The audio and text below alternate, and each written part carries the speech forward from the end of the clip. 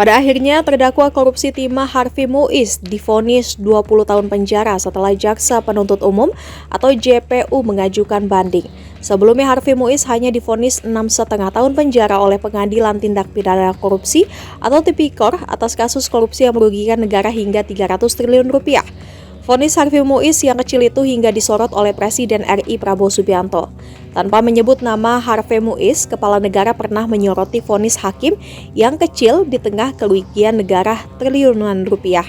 Seharusnya, kata Prabowo Subianto, koruptor yang merugikan negara triliunan rupiah dihukum 50 tahun.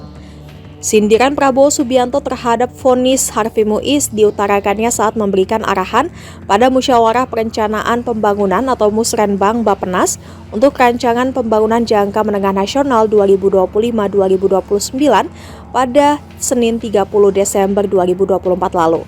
Namun pada akhirnya hakim di tingkat banding hanya mampu menjatuhkan hukuman 20 tahun penjara kepada Harvey Muiz. Lalu apakah sulit menjatuhkan hukuman 50 tahun penjara untuk koruptor? Dimuat warta kotalife.com, Direktur Ramangsa Institute Maizal Alfian mengungkapkan bagaimana aturan untuk terpidana korupsi. Menurut Alfian, berdasarkan pasal 2 ayat 1 Undang-Undang Nomor 31 Tahun 99 tentang pemberantasan tindak pidana korupsi, pelaku korupsi yang merugikan keuangan negara dapat dijatuhi pidana penjara seumur hidup atau pidana penjara paling singkat 4 tahun dan paling lama 20 tahun serta denda antara 200 juta rupiah hingga 1 miliar rupiah.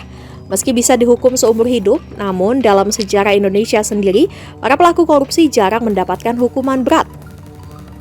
Rata-rata pelaku korupsi di Indonesia mendapatkan hukuman paling minimal yakni 4 tahun penjara dan belasan tahun penjara.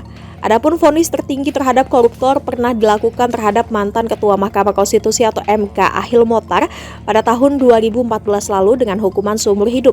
Selain itu juga Adrian Waworuntu yang membobol Bank BNI 46 pada tahun 2003 juga dijatuhi hukuman seumur hidup. Setelahnya, vonis penjara seumur hidup juga pernah dijatuhkan kepada Brigjen TNI Teddy Hernayadi. Menurut hakim, Teddy telah terbukti bersalah atas kasus korupsi pengadaan alutsista di Kementerian Pertahanan atau Kemenhan RI. Pun pada Selasa 24 Agustus 2021, MA menolak kasasi Direktur Utama PT Hanson International Tbk, Beni Cokro Saputro dan Komisaris Utama PT Trada Alam Minera, Heru Hidayat. Dua terdakwa kasus korupsi PT Asuransi Jiwasraya itu tetap divonis penjara seumur hidup. Sebelumnya, vonis penjara tertinggi juga pernah dialami pelaku korupsi dana bantuan likuiditas Bank Indonesia atau BLBI. Vonis itu dijatuhkan untuk pelaku korupsi BLBI yang merupakan ex-jaksa Urip Tri Gunawan. Pada tahun 2008, Urip Tri Gunawan diganjar 20 tahun penjara. Vonis yang diterima Urip Tri Gunawan saat itu dijatuhi oleh Hakim Teguh Haryanto yang juga saat ini memvonis Harvey Muiz.